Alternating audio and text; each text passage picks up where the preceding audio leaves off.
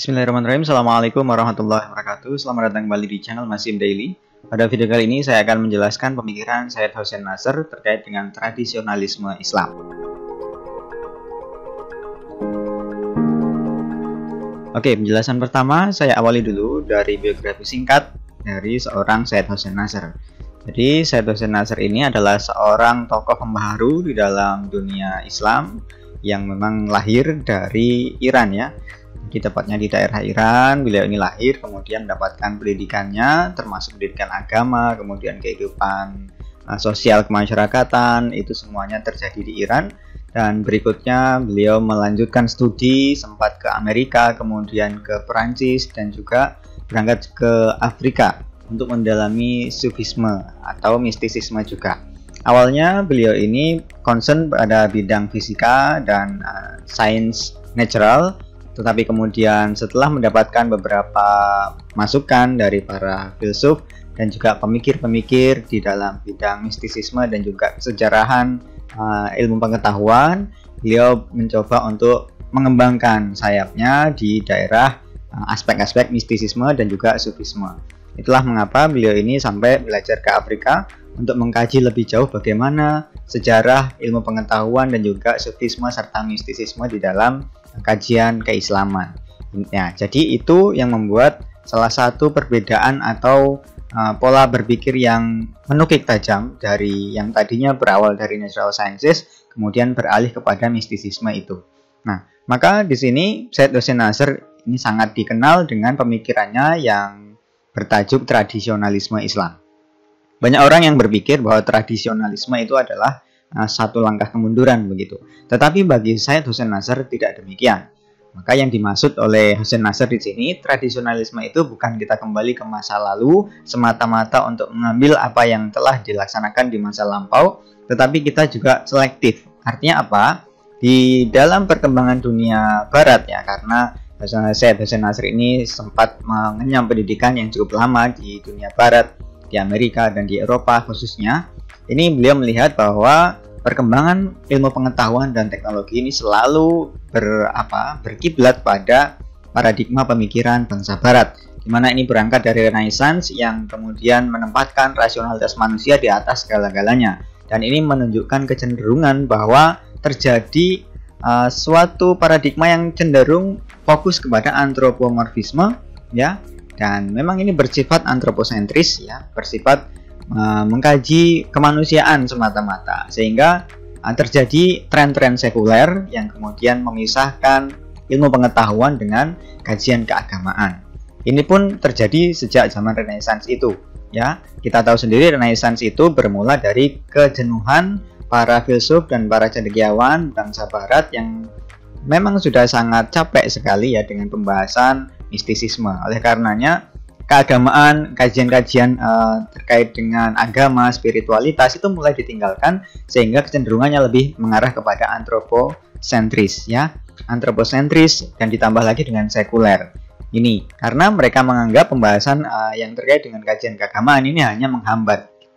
Nah, jadi karena menghambat itulah kemudian kajian keagamaan tidak disertakan di dalam ilmu pengetahuan dan teknologi. Begitupun seterusnya sampai kepada abad kontemporer. Syed Hussein Nasr ini kemudian menggagas ya bahwa ilmu pengetahuan sesungguhnya tidak berjalan sendirian.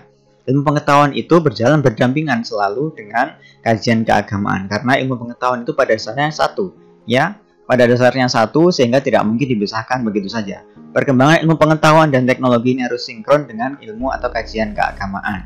Nah, maka disinilah peran dari Syed Hussein Nasr yang memandangkan tradisionalisme Islam. Karena menurut dia bahwa ilmu pengetahuan dan keagamaan itu satu. Ini terbukti pada masa keemasan puncak kejayaan dinasti Abbasiyah dan dinasti Umayyah yang kita pahami bersama ya, bahwa di sana perkembangan sains, perkembangan ilmu pengetahuan baik itu natural sciences maupun social sciences ini kembali mencapai titik keemasan gara-gara memang ada sinergi antara ilmu pengetahuan dan juga kajian keagamaan. Nah, kemudian kalau kita tarik kembali ke belakang, bahwa ketika Al-Quran itu turun 14 abad yang lalu, kemudian ada hadis-hadis Rasulullah Muhammad SAW yang kemudian concern sekali pada bidang kajian keilmuan.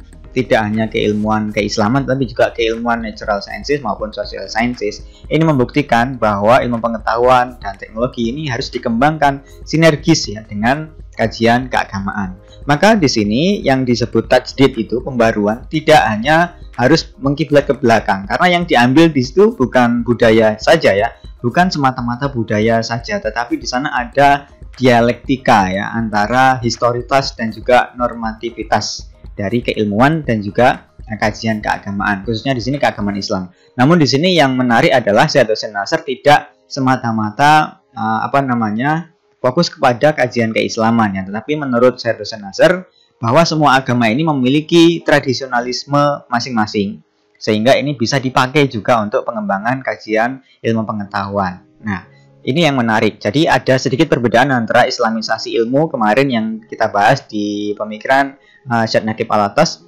dengan apa yang disebut dengan tradisionalisme Islam oleh Syed Hussein Nasr ini, atau beberapa tema yang menyeruak ya terkait dengan pemikiran Syed Hussein Nasr ini adalah lebih dikenal sebagai istilah sacred sciences atau ilmu pengetahuan yang sakral. Sakralitas ilmu pengetahuan itu sendiri berasal dari tendensi manusia dan juga fitrah manusia yang memang bertuhan. Manusia itu ciptaan ya, diciptakan oleh Sang Pencipta. Karenanya ada tendensi atau transendensi lebih tepatnya.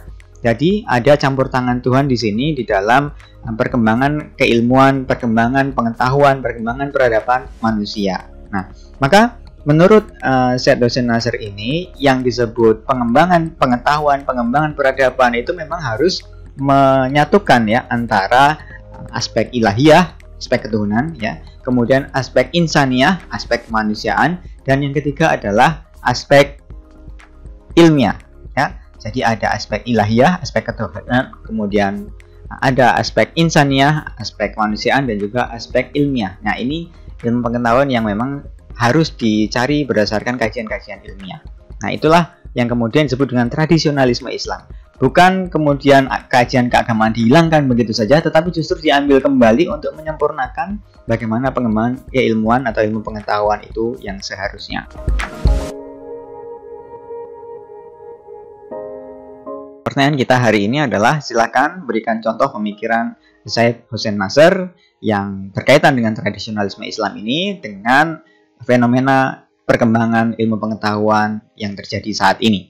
Berikan contoh konkret, berikan satu penjelasan lugas terkait dengan jawaban saudara, dan tentunya harus disertai dengan referensi yang valid dan kredibel.